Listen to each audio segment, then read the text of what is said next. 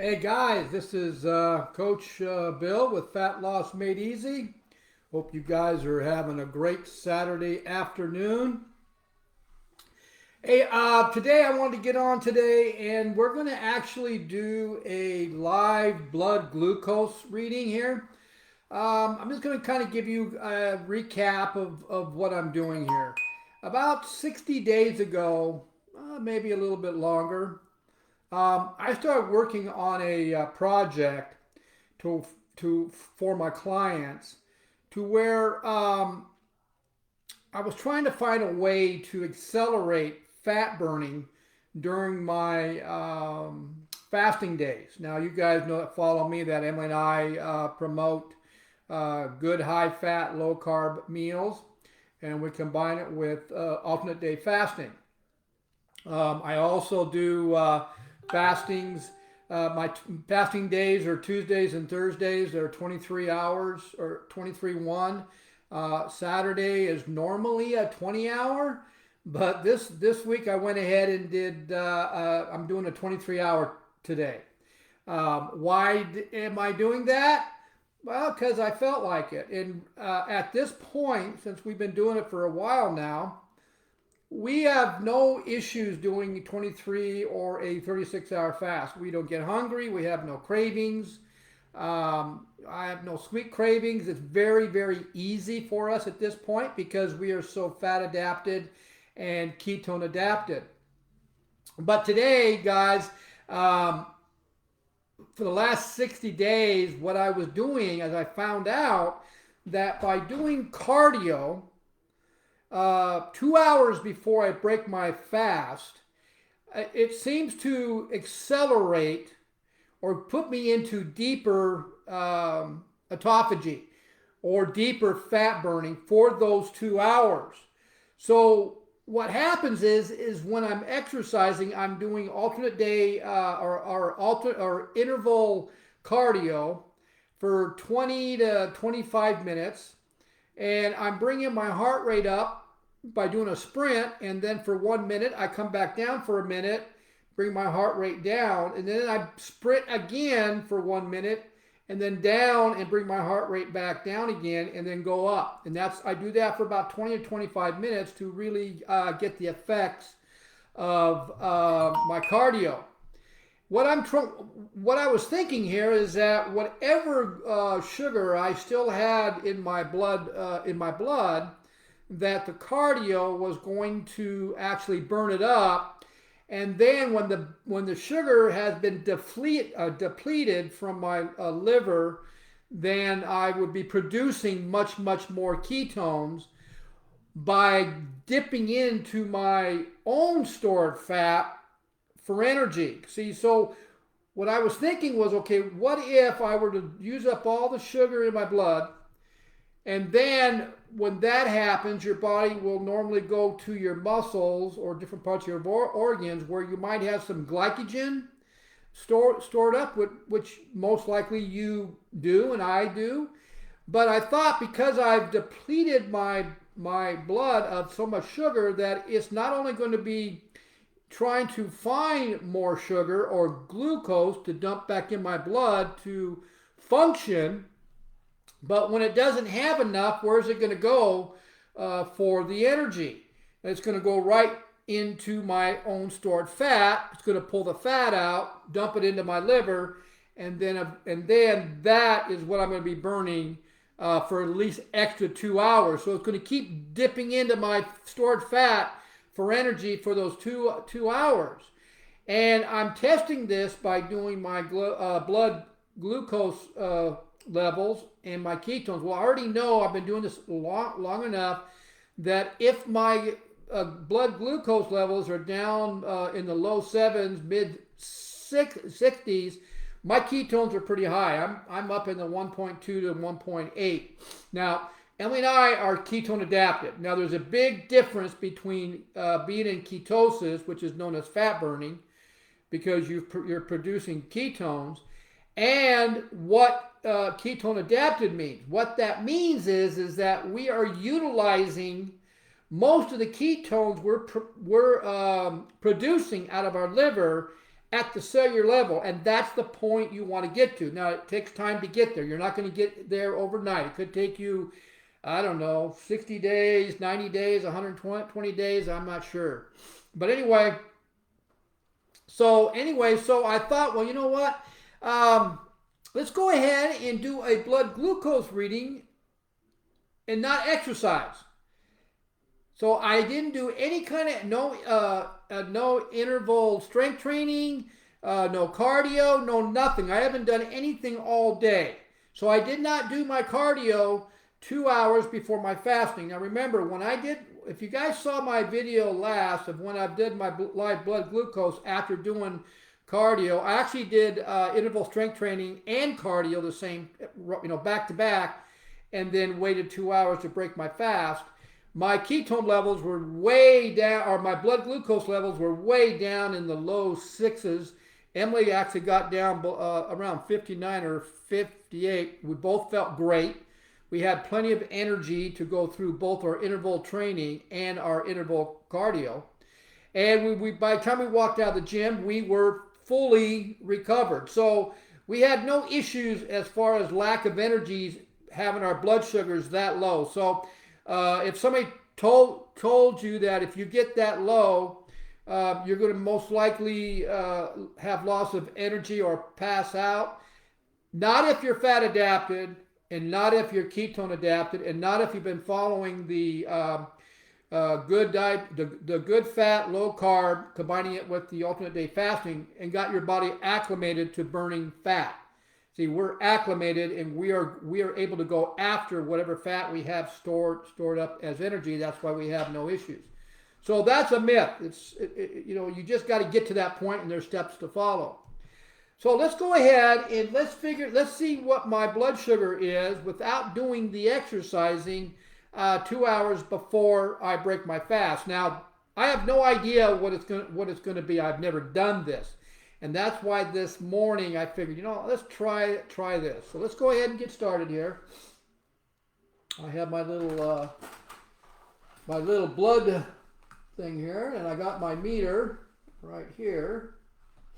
There's my meter. My meter, where are we? I gotta get, okay, there's my meter there. So let's set it here. Let me get a strip. I'm getting one of my strips here. Let's see here. So here's my strip right here. So I go ahead and take one off. I'm going to go ahead and get it ready. This end here, the black marker in that end, that's what's going in my thing here. So let's go ahead and put it in right now. There we go. Going to go ahead and cock this back.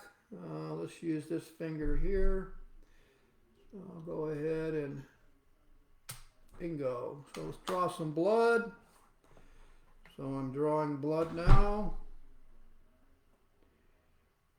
Okay, let me get it going here. There we go.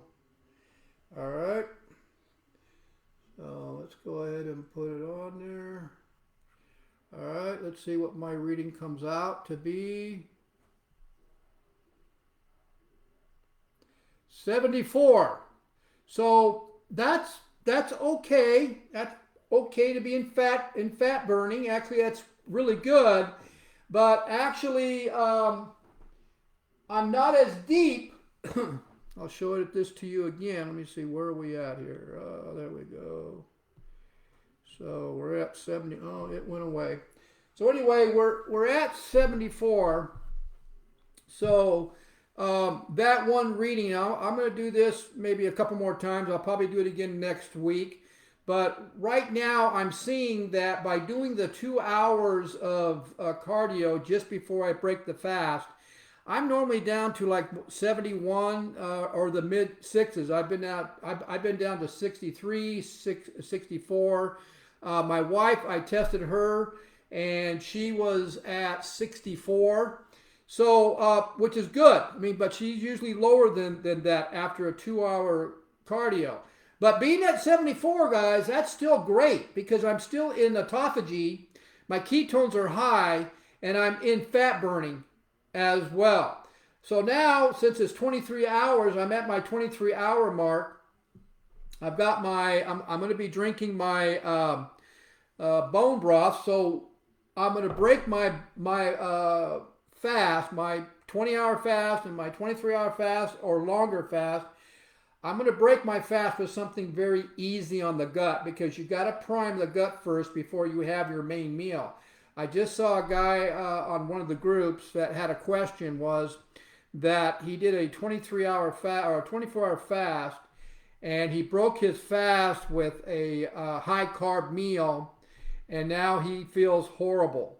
And so I went back on there and I said, well, the mistake you've made is by doing the 24-hour fast, you're very insulin sensitive, which means you have no glucose in those cells. And so what happens is you ate a very high carb meal, which is converted into glucose, which all that is sugar. So because you've depleted your cells from any kind of sugar or carbs for a long period of time, then you're very sensitive to it. So your insulin went sky high, pushing that meal or that sugar into your cells at one big lump. I mean, just a massive amounts of it cause a sugar spike. Sometimes people get headaches from it, and your gut just can't handle that. So you got to prime it first. So I feel, in my opinion, the best way to break a fast, if you're doing a 20-hour fast or longer, is with organic bone broth. The reason why is there's a lot of minerals in it, plus it's easy on the gut, but also the collagen in it. Okay, for us seniors, we know that collagen is good for the skin and good for the hair and good for anti-aging or slowing aging, slowing premature aging. So of course I'm going to add more collagen to my lifestyle, and that bone broth is one of the best ways to get it, and it's easy on the gut. Now the other thing I do is I'll do a small protein shake, and I'll just have my homemade kefir in it, 8 ounces, with a scoop of my veggie protein powder to boost my protein up for that day. Because I'm only having one meal, remember, 500 to 600 calories that day. That's all I'm having. But I'm having the collagen in it, and then I put a scoop of that collagen, Dr. Axe, multi-collagen, and then I wait about an hour, and I'll have my high-fat good meal with some extra good fat like avocados, or I'll have a tablespoon of olive oil, or I'll put some macadamia nuts with a salad with chicken and some eggs in it, something like that. And then I'll take my omega-3s and my other supplements that I take. Okay, guys. So, guys, I just wanted to get you involved in this blood glucose reading on what I'm trying to do here. So far, it looks like the 2 hours of exercising is going to be the ticket to accelerate 2 extra hours to get you deeper into fat burning. Now, just think, if you did this 3 days a week on your alternate days, how much faster do you think you might dip into your own stored body fat and burn it up? Because even doing the high fat, low carb meals, you're still putting yourself into ketosis or fat burning, and you're not only burning the fat from the foods you're eating on your non-fasting days, but your body is still dipping into its own stored fat as well. You're doing both once you become more fat adapted. So that's the benefits of it. So then by doing the higher fat, low carb meals on your non-fasting days, you're already in fat burning. Then how much more fat are you going to burn, or when you go into a actual 20-hour or 23-hour fast? You're already in it on your non-fasting day. Then the following day, you're jumping into it even deeper. You see what I'm getting at? And you're actually getting your body to burn more of its own body fat. And that's the power of alternate day fasting, combining it with high good dietary fat, low carb meals. Okay, guys. So, guys, like I said, I'll be doing this again next week. Let's see what happens. You guys have a great day, and we'll see you at the next video. Bye. Oh, where's the button at here? Oh, there it is. Sorry, guys, I lost the button to turn it off. There we go.